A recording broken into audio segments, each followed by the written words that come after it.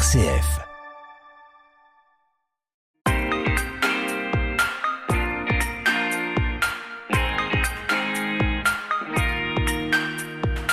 Merci d'être avec nous aujourd'hui sur RCF Sarthe dans Ok Padré, votre émission qui répond aux questions des jeunes. Et aujourd'hui, c'est Bertrand Chaudet, diacre permanent dans notre diocèse qui est avec nous. Bonjour. Bonjour à tous les auditeurs. On va parler aujourd'hui d'un jeu, entre guillemets, qui est assez en vogue en ce moment dans les soirées étudiantes, même parfois dans des moments un peu festifs, un peu conviviaux. C'est le jeu de Ouija. Ça se passe avec les deux mains posées sur une planche. Il y a une sorte de petits morceaux de bois, sur lequel on pose le doigt. Voilà, qui bouge avec là-dessus. Voilà, oui. Des chiffres, des lettres.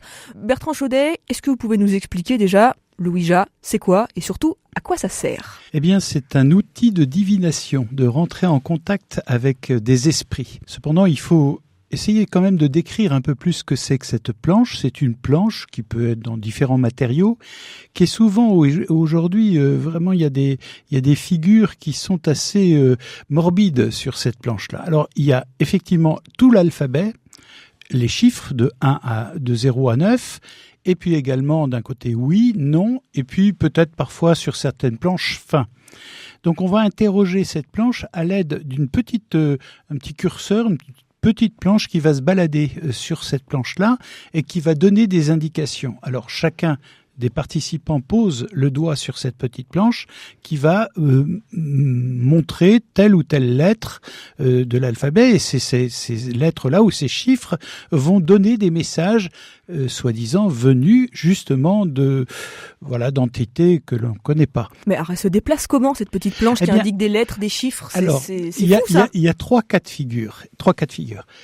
Ça peut ne pas marcher parce que les gens font ça en rigolant. Enfin voilà, c'est bon. Alors la planche, cette petite planche, ce petit curseur ne se déplace pas ou se déplace de manière totalement anarchique et rien ne se passe. Il y a un autre aspect qui est d'ordre psychologique. Et l'ordre psychologique, c'est l'idéomoteur. C'est-à-dire que inconsciemment, eh bien, on peut déplacer un peu comme parfois le pendule ou d'autres médias qui nous introduisent dans le spiritisme, mais c'est l'aspect idéomoteur. C'est-à-dire que, si vous voulez, inconsciemment, parfois consciemment, mais souvent inconsciemment, on va déplacer le curseur ou le pendule en fonction de ce que l'on a comme état d'esprit, si vous voulez.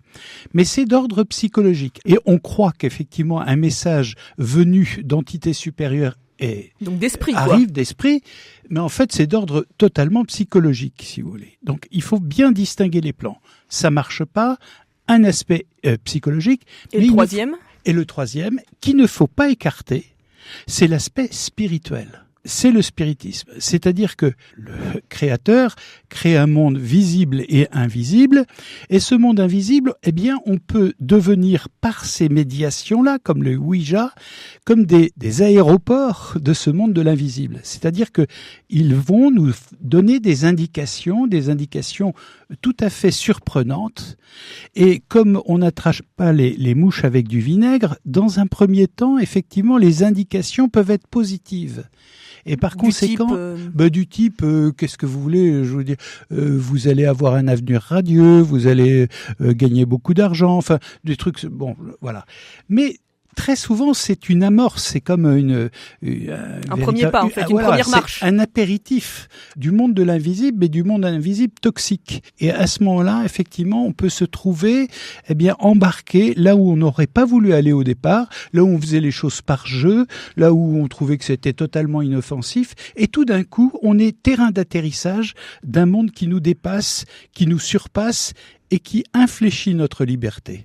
Pourtant, ça a l'air relativement inoffensif comme jeu, Bertrand Chaudet. Moi, je me suis renseigné là comme ça un petit peu avant notre émission.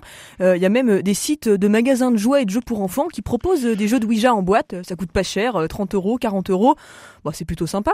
C'est plutôt sympa. Cependant, vous voyez bien aujourd'hui le monde des sorciers, des sorcières, à travers Halloween, à travers tout ce monde de l'invisible qui est quand même terrifiant quand on regarde les figures qui sont proposées, ces dessins, ces masques, c'est quand même horrible. C'est comme il y avait une forme d'attraction vers le morbide.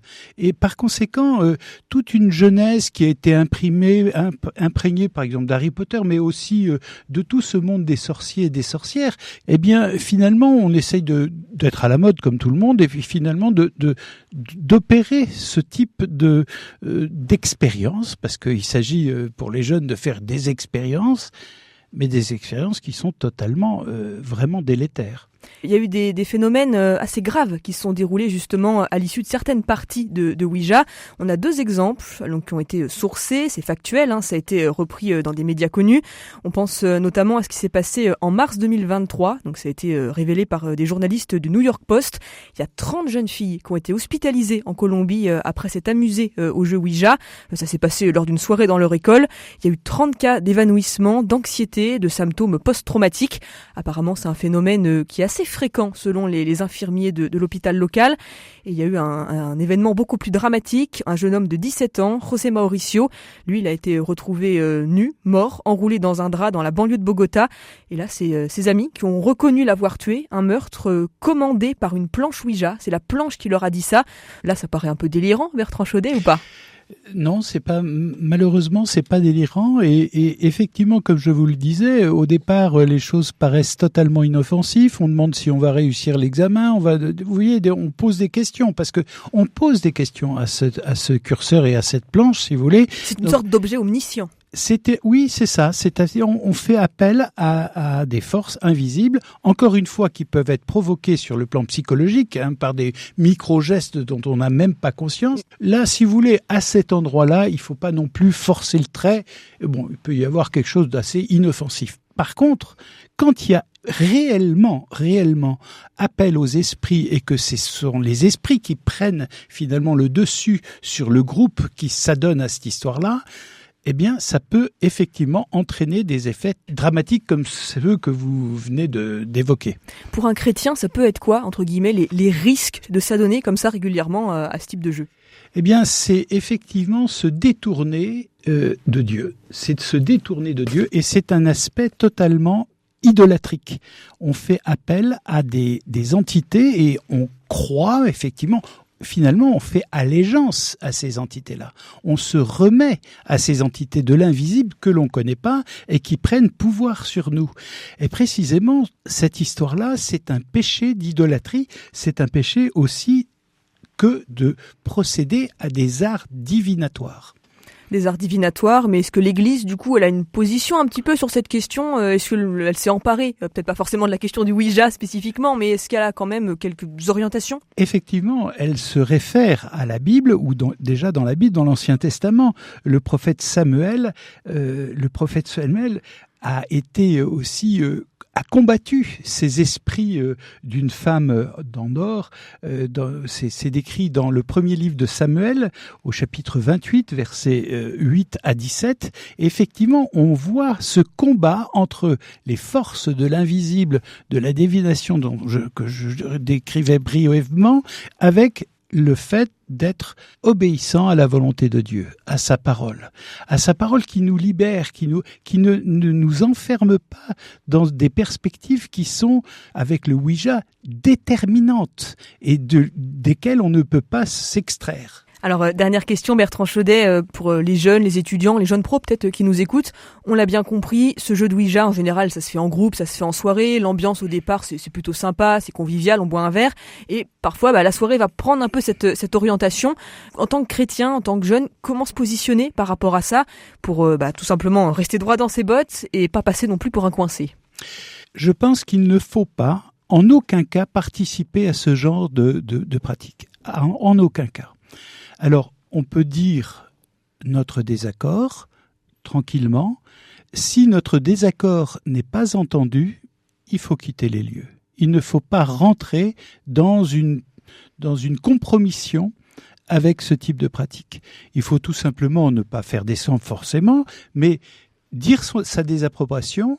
Si on pose la question de témoigner de ce qui nous habite pour pouvoir ne pas rentrer dans ces pratiques, et puis si notre parole n'est pas entendue, il faut tout simplement quitter les lieux. Est-ce qu'il y a un point que vous souhaiteriez ajouter, Bertrand, avant qu'on se quitte ? L'amour de Dieu nous libère. Les pratiques de type divinatoire nous enferment. Eh bien, il nous faut nous recommander à Dieu et faire sa volonté. Merci beaucoup pour toutes ces précisions et toutes ces explications de nouveau très claires. Bertrand Chaudet, diacre permanent dans notre diocèse. Merci. À bientôt.